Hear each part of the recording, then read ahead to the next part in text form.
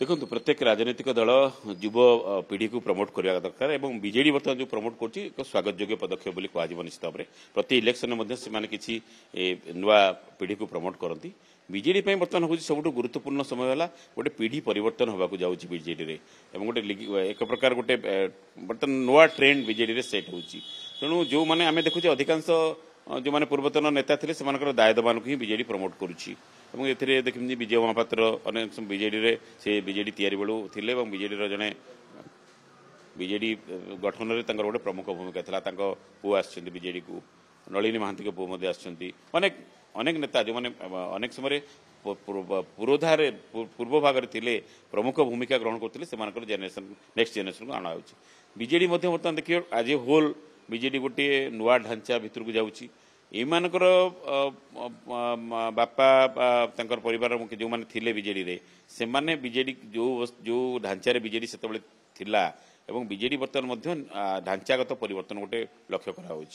सी नुआ ढांचा सहित युवपीढ़ी निजक किभली भाव एडजस्ट करें सी हूँ गोटे बड़ प्रश्न परिवर्तन स्वागत योग्य युवपीढ़ी को प्रमोट करा उचित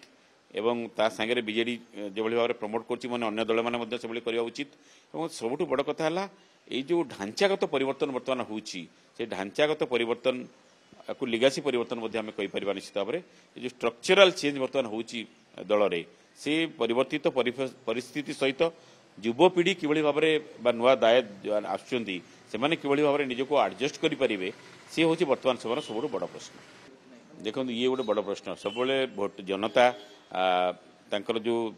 नेता जो नेता सहित से आक्वेंटेड होती अभ्यस्त होती से नेता मानकर जो नेक्स्ट जेनेरेशन आसते बापा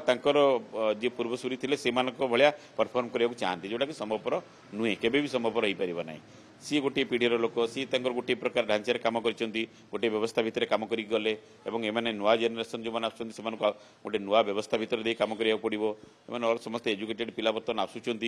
तेणु परिवर्तित राजनीतिक परिस्थिति सहित एमाने किभली भाव में निजक खाप खुआबे सेटा हूँ बड़ कथा लोकंर एक्सपेक्टेशन तो रही निश्चित भाव में लोकों सब बड़ टास्क हूँ लोकंर जो एक्सपेक्टेशन से रही नजर देवाक पड़ो और जगवा पड़ो ताकू रखिकी जब से बालांस करेंगे लोकंर एक्सपेक्टेशन एवं परिवर्तित परिस्थिति ताले से सक्सेसफुल लीडर ही बाहर पार।